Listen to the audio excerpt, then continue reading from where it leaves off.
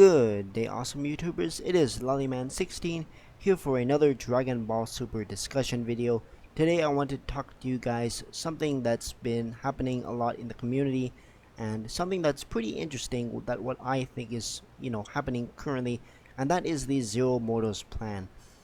In this video, what I want to do here is I kind of want to talk to you guys about the origins of this whole ordeal and how Goku Black and Zamasu could have possibly achieved the plan, and of course all the events that lead up to this. And I kind of want to give you guys a kind of discussion and theory on what's going to happen and basically trying to clear this whole thing up.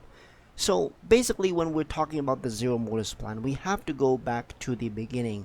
We know that Zamasu got a hatred from Goku when he saw him for the first time and he realized how bad the mortals really are.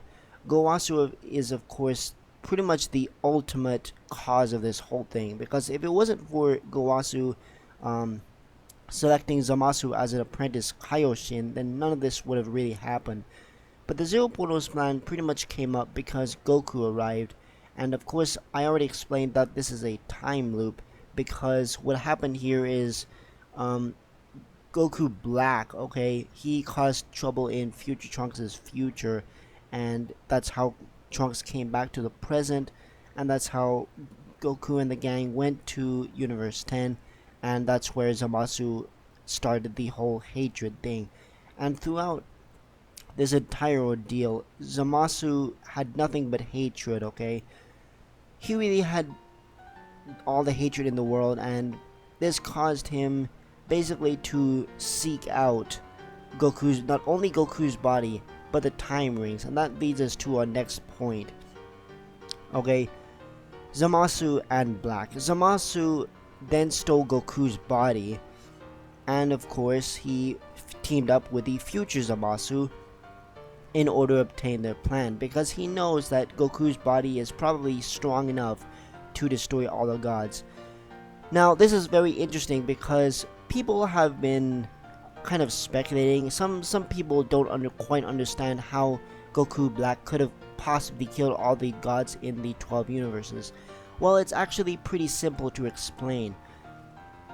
Basically, what I've said before is how Goku Black defeated all the gods is he didn't. And what I mean by this is he killed the Link. Remember back in Dragon Ball when we had Kami and Piccolo as being the same guy, and basically they were linked?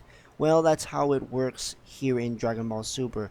The gods of destruction and their attendants, or now revealed to be their angels, are linked, and if you kill one of them, you kill them both. Well, you don't really kill them both, I guess. So it's a kind of it's an interesting thing because it's a chain reaction what's going on here.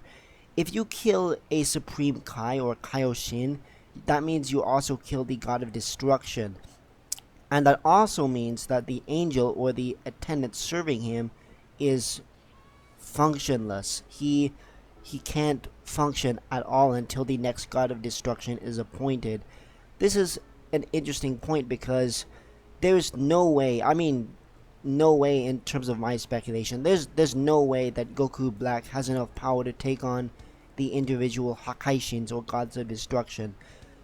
Obviously, he must have just killed the Kaioshins and therefore, in rapid succession, killed the gods of destruction and their attendants. That's how I think they achieved their Zero Models plan. It's interesting to note a couple of things here. First of all, the Zero Models plan is a very it's an ideal that pertains to a lot of not only real life but also pertains to other anime. What I mean by this is, in Naruto, I don't know if you guys watch a lot of Naruto or not, but in the Pain arc of Naruto, that's pretty much the whole thing that happened there.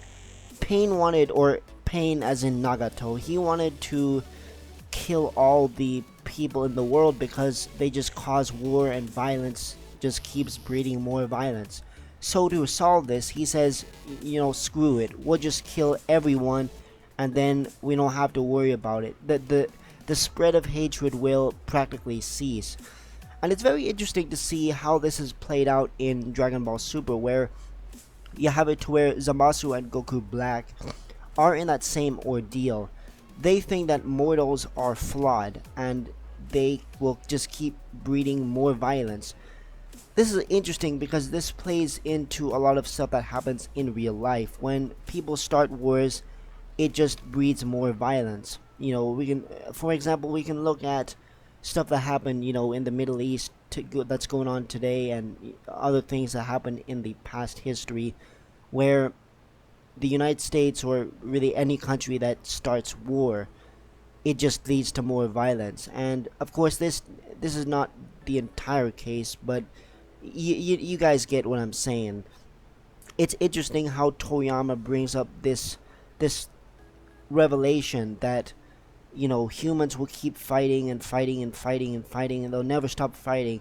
They even bring this up in a Dragon Ball Super episode where Gowasu and Zamasu go to the future, 1,000 years to be in fact, and they see that the barbarians of planet Barbari just keep fighting and fighting, and they'll pretty much fight to the end of time. Whether this is the case or not, I don't know if they'll ever stop fighting, but it's an interesting ordeal to think about when you think about the Zero Mortals plan. And in essence, these are the only two characters in Dragon Ball to really have a set ordeal. I mean, if you look at it, okay, guys, Lord Beerus, okay, what was his motive? His motive was to find Goku as, well, not necessarily to find Goku, but his motive was to find the Super Saiyan God, or the one who could possibly challenge him to an actual battle. Look at what Cell did in the earlier arcs, and look at what Boo, look at what Frieza did. The only ones in the Dragon Ball universe to have what I think is a pretty solid basis for, as you know, in terms of villains go, are Goku Black and Zamasu. They have a set ordeal, and the interesting thing here is they think it's right. They think that what they're doing is actually not evil. So in a sense, they're actually the quote-unquote good guys, but of course in the story it's obviously going to be Goku, Vegeta, and the Z Fighters as being, you know, the good, the protagonists. The antagonists of the arc are Goku Black and Zamasu, but really, if you think about it, they're actually the protagonists. It's interesting to think how this can play out, and I hope you guys enjoyed my kind of discussion today. So overall, I really do think that this is probably the best arc of Dragon Ball Super so far, obviously, and it could be, depending on how this arc ends, it could potentially be the greatest arc in the Dragon Ball franchise, including not only Dragon Ball, Dragon Ball Z, Dragon Ball Super, and if you want to count it, Dragon Ball GT.